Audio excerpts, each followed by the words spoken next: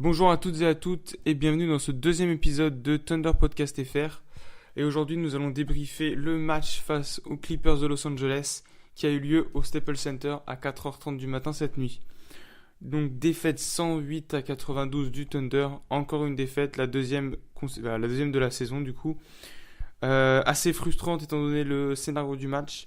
Donc le début était catastrophique, run de 16-0 pour commencer des Clippers, défense inexistante, problème au shoot qui continue et qui d'ailleurs continuera pendant tout le match, à l'image d'un Paul George qui était à 1 sur 8 dans le premier quart-temps, à 2 sur 11 à la mi-temps et qui finira à 7 sur 27.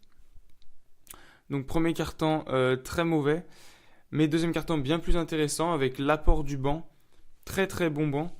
Avantage au rebond également, Abrines 10 points à la mi-temps, 4 sur 5 au tir, 2 sur 3 à 3 points. Et le Thunder recollait à 2 points d'écart à la mi-temps et a pris l'avantage au troisième quart-temps jusqu'à arriver à plus 10 ou plus 11, je ne sais plus. Défense très très bonne de Paul George. Paul George qui se réveille un peu au shoot et qui enchaîne les points. Nerlens Noel qui apporte énormément d'énergie et de défense. Très très bon quart-temps qui permet de reprendre l'avantage malgré les problèmes de shoot qui continuaient avec Paul George et Schroeder, tous les deux combinés qui étaient à 8 sur 31 à la fin du troisième quart-temps. Mais l'équipe sombre dans le quatrième quart, les Clippers reprennent l'avantage, Schroeder finit à 2 sur 15 au tir et Paul George, comme je l'ai dit, à 7 sur 27. Le match aurait été serré du début à la fin, sauf au quatrième quart où les Clippers mettent 37 points dans le quart-temps et OKC n'en met que 15. Donc très très très mauvais quart-temps. Et globalement, mauvais match de KC qui sera seulement à 36% au tir avec à 21% à 3 points, 7 sur 33. C'est beaucoup trop faible pour espérer gagner ce match où les Clippers, eux, shootent à 44% et notamment 42% à 3 points. Au niveau des joueurs, Paul George donc, s'est fait expulser. 6ème faute récoltée 1 minute avant la fin du match. 20 points, 8 rebonds, 4 assists à 26% au tir, c'est trop faible. On attend beaucoup plus de Paul George qui doit être le leader tant que Russell Westbrook n'est pas là. Russell Westbrook qui n'a encore une fois pas joué. Alex Abrines et Felton qui ont beaucoup apporté sur le banc. 10 points pour Abrines, 12 points pour Felton avec des pourcentages respectables.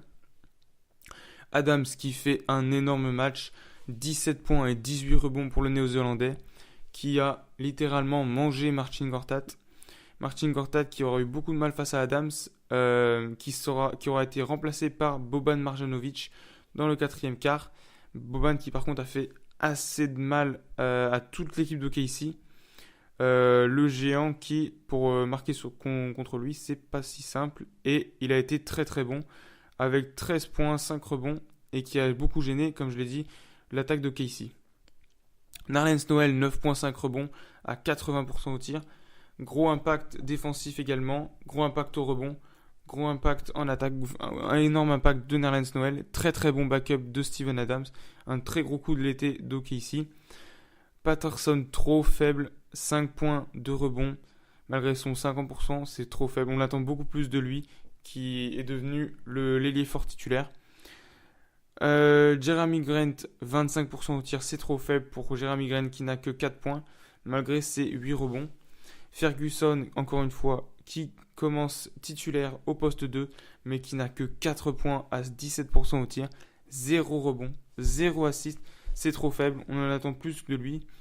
Et d'ailleurs, on ne sait toujours pas pourquoi, mais Luvavu n'a toujours pas joué. Timothée Luvavu, qui pourtant a des bonnes qualités de shoot, n'a toujours pas joué une seule minute. Donc Donovan avait expliqué cette décision pour le match contre Golden State car il voulait de la défense, ce qui se comprend quand on regarde l'attaque de feu de Golden State, mais contre les Clippers, il aurait pu avoir des minutes, donc à voir s'il ne commence pas à se frustrer de ne pas avoir de minutes, parce que dans ce match où OKC a très mal shooté, il aurait pu être d'une aide précieuse. Donc Ferguson doit vraiment s'améliorer. Et pourquoi pas commencer avec Abrines en poste 2, qui a fait un très bon match, enfin un bon match, qui a été très très bon dans la première mi-temps, qui a eu plus de difficultés dans la deuxième mi-temps, mais le commencer au poste 2 pourrait être intéressant. Et enfin, Schroeder, comme je l'ai dit, 8 points, 8 assists quand même, mais 8 points à 13% au tir. On en attend plus de lui quand il remplace Russell Westbrook en tant que meneur titulaire. Prochain match dans la nuit de dimanche à lundi à la Chesapeake Arena pour le premier match à domicile face aux Sacramento Kings.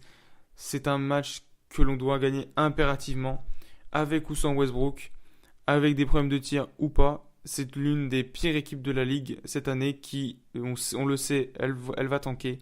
Il faut gagner ce match. Ce serait une bonne façon de lancer la saison avant la réception dans la nuit de jeudi à vendredi des Celtics à la Chesapeake Arena.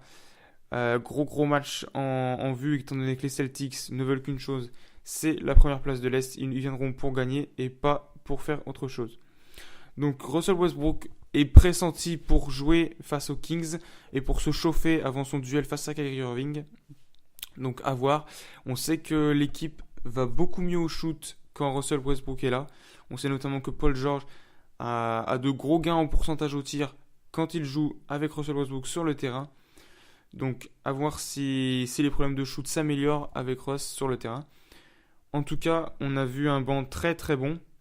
Alors que l'année dernière, c'était le problème. Dès que les titulaires sortaient, le banc perdait l'avantage et se faisait outscorer par n'importe quelle équipe. Mais là, le banc a réussi justement à rattraper le score. Donc c'est très prometteur pour la suite, avec des Jeremy Grant, des Nerlens Noel très importants.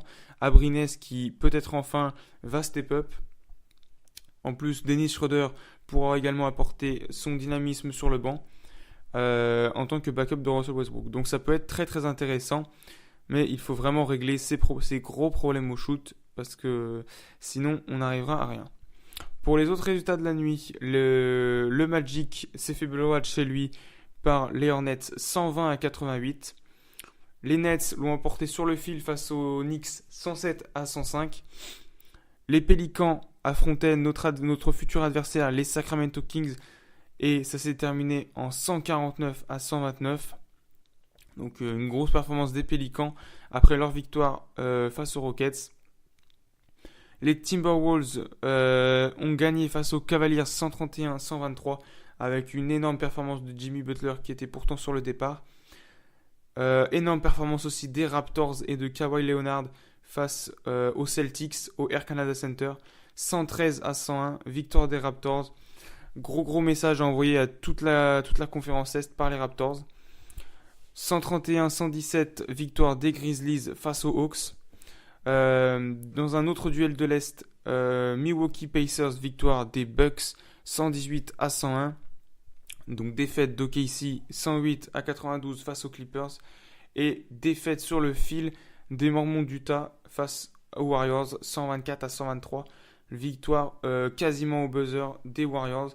Match serré, très très bon match de ces deux équipes qui s'annoncent, qui vont être très proches du point. Les Warriors seront sur le podium. Le Jazz qui prétend évidemment à une place sur le podium, qui est un de nos adversaires principaux.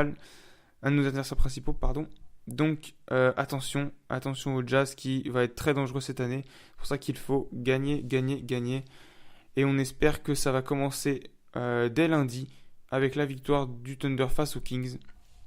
Et donc nous, on se retrouve lundi pour le débrief de ce match, en espérant que cette fois, je pourrai débriefer une victoire. D'ici là, portez-vous bien et à lundi.